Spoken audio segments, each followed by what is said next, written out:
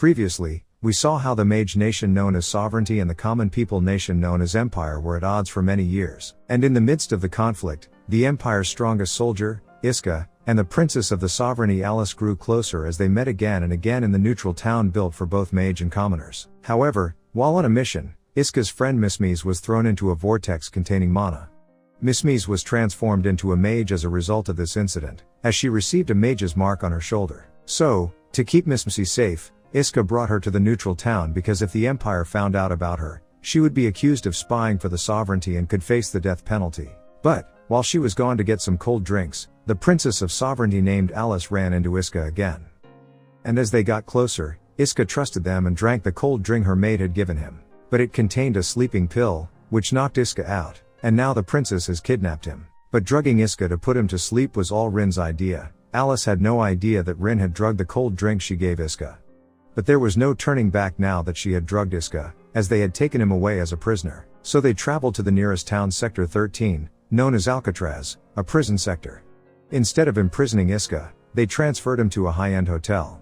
Since Rin acted on her own to put Iska to sleep, Alice was at a loss for what to do. While news of Iska's capture by an enemy nation reached the Empire, the Superior, the Eight Apostle, was unconcerned about Iska. They were more concerned with their secret operation of capturing the Queen of the Sovereignty. But the king of the empire showed interest in Iska, so Ricia was unable to carry out their plan and was now forced to free Iska from the Princess Alice. She provided temporary mage's mark to Iska's team to find him and free him from Princess Alice. They assumed Iska was imprisoned, but this was not the case. On Iska's side, Alice she forgot that they had captured Iska and he was staying with her as she got out of the bath naked. Alice was embarrassed when Iska saw her naked, but Iska saw her mage's mark, also spelled astral mark.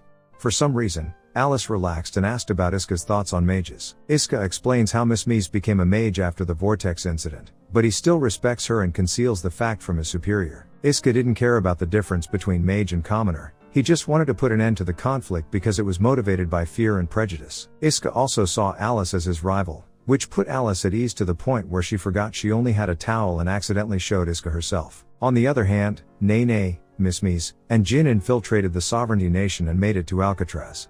Surprisingly, Ricia also followed them to Alcatraz and informed them that Iska is being held in the Liligan prison tower. When they entered the prison to free Iska, Risa, she was nowhere to be found. Because Ricia's true goal was to free the prisoner who had attacked the Queen of the Sovereignty named the Salinger. So the Empire wanted to use him to fight against sovereignty, but despite being a mage, he betrayed them by attacking the Queen for her powers. So the news of his release spread, and Alice was about to leave. But first, Alice left a new handkerchief for Iska and went to fight Salinger alongside Rin. And so Alice also left Iska's phone there, through which he communicated with his friends. So Jin filled him in on where they were and how they came to save him, and Iska wanted to get to them as soon as possible, but he still had the handcuffs on him. There he discovered Alice had left a handkerchief and the keys to his handcuffs. As soon as he was free, he reunited with his friends, and regained control of his blade. He wanted to assist Alice in her fight against the Salinger. While Alice took command of the local cops and dealt with the situation, Rin encountered Salinger.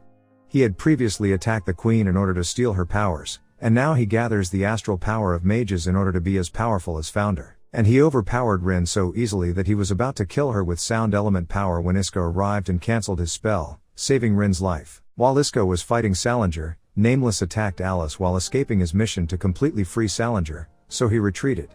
Meanwhile, Salinger gained the ability to combine two spells that put Iska on the verge of defeat. As both were fighting in the dark, Alice's assistance changed the game, and Salinger backed off for the time being. As the situation stabilized, the girl whom Iska had rescued from the Empire and assisted in her escape desired to see him again. Her name is Sisbel, and she was rescued by Iska and imprisoned for a year for assisting an enemy. She is the Queen of Sovereignty's third daughter and Alice's younger sister. And her mother has now sent her to gather information on the Melchimera nation. They have intelligence that the nation may turn on the Empire side. She had a premonition that someone from her own country would murder her mother in order to take the throne. While she and Sisbel are collecting intelligence on the Melchimera nation, Iska and his team have taken a break from their work. They also head towards the nation of Melchimera for their vacation. That's where Sisbel ran into Iska, but before they could talk Nene got there, so Sisbel ran away. So, in order to speak with Iska, she used her knowledge of his hotel's location. As she arrived and met him again, she concealed the fact that she is the princess from Iska and stated that she seeks assistance from Iska. While Sisbel was meeting with Iska, her mother asked Alice and Rin for help in checking Sisbel's room. She was so concerned about her behavior that she kept herself in the room, never speaking to anyone. That is when Alice discovered the new paper about Iska and realized that Sisbel is aware of Iska. So Rin proposed to the queen that all three princesses be reunited. After all, the sovereign succession to the throne caused a deep divide in their relationship. So the queen instructed Alice to bring Sisbel from Melsimira. And the 8 apostles heard about Sisbel being in Melsimira news, and they wanted to capture her while she was in the country of Melsimira, so they used a lethal weapon to complete the mission. Meanwhile, Princess Elatir, the first princess of the sovereignty, received information on both Princess Alice and Princess Sisbel, were in contact with an Empire soldiers, and desired Lord Mask's assistance in capturing them and exposing the truth in public.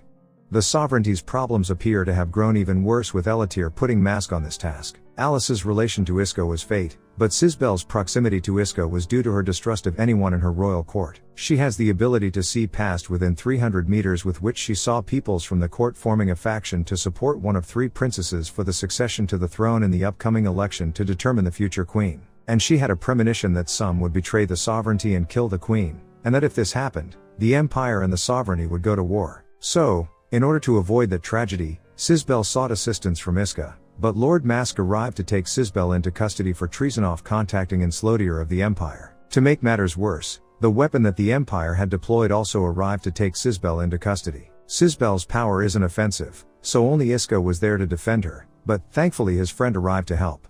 Just then, seeing Jin injured, Mismies reawakened her power, nullifying magic around her. Lord Mask had no choice but to withdraw from the fight. The mechanical beast was on a rampage on Iska's side, but Ika was holding his foot against it. While it appears that Iska has defeated the beast's core has been released. It was an astral spirit that transformed and consumed Sisbel into her.